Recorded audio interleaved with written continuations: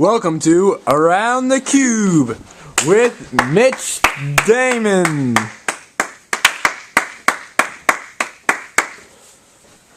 Hello, everyone. Today we are here. We're going to interview a very great Native American author and personal friend of mine, Sherman Alexie. Let's give it up for Sherman Alexie. Thank you very much. Hey, how you doing, Sherman? How's it going? Yeah, it's been quite a while. quite a while. Vietnam, back in Nam. So, Sherman, up until now, focus of your fiction has tended to be on reservation life and the relationship between fathers and sons. In your new collection of short stories, focus seems to have shifted a little. Tensions between whites and Indians and intimate relationships between urban Indians and Indians still on the reservation, as seen in one of my personal favorites, Class. The mood seems changed as well, less angry, quite an angry person. Do you consider these stories to be different than what you have written before, either in tone or theme? I would say they're quite different. I was very much thinking about urban Indians as I worked on this collection. 60% of all Indians live in urban areas, but nobody's really writing about them, which I find is not very good, actually. They are really an unrepresented population, and the ironic thing is that there are very, very few of those that call themselves Native American writers, and they actually grow up on reservations.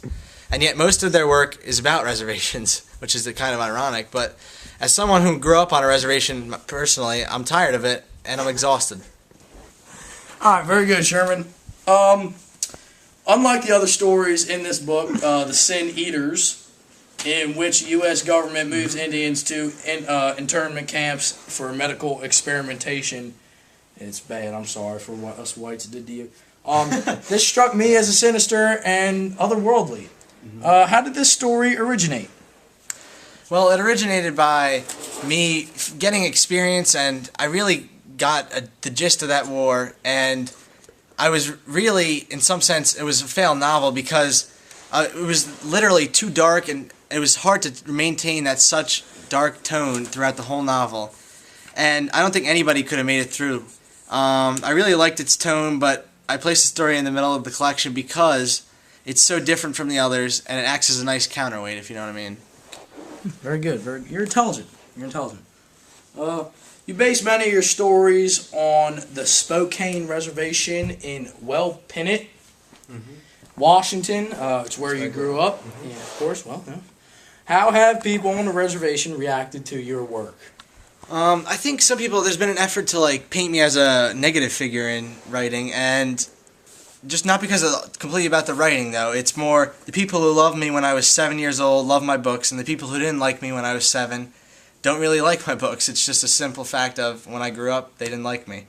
My writing career hasn't changed people's opinions of me, really, but I was a controversial figure on my reservation when I was a kid, and I was mouthy, opinionated, arrogant, and some people say I still have that today, but I'm one of those people.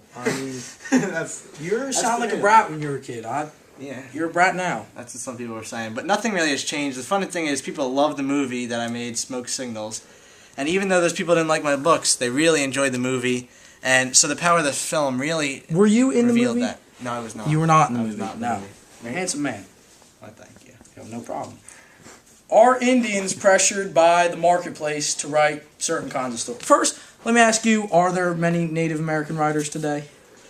I really say I want them to be more. Is what I want. Yeah. We all want more. This Agreed. is true. It's agreed, Sherman. People are more interested in spirituality more than anything else, and certainly I've received the kind of pressure because I've never wrote that kind of stuff.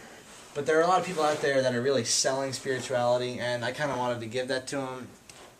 But I really would love it if there was more Indian writers, and I think it would be a great thing that we would be able to see the Native American culture come out in all of us and really get the gist of what went on.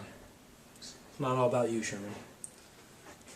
What expectations do you encounter from readers? What do you think they're going to expect of your work regarding you as such a good, high author? It's so funny because I'm a public Indian figure, and people assume that I have all these magical Indian powers, which, I'm just sort of healer. But that also extends. So you're not. No. So this cut on my leg, you could not heal. You could not heal this cut on my leg right now. I could try. It's a pain. You want to try? You want to give it a little whirl? I gotta cut them up. You want me to try? Nah.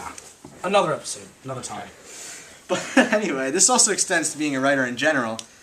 I think people assume that because somebody's good with metaphors, he's a better human being. It's not really true. I'm just better with metaphors than 99% of the population, and that's just. I'm that 1%. I don't know about that, but Anyway, I'm good with metaphors.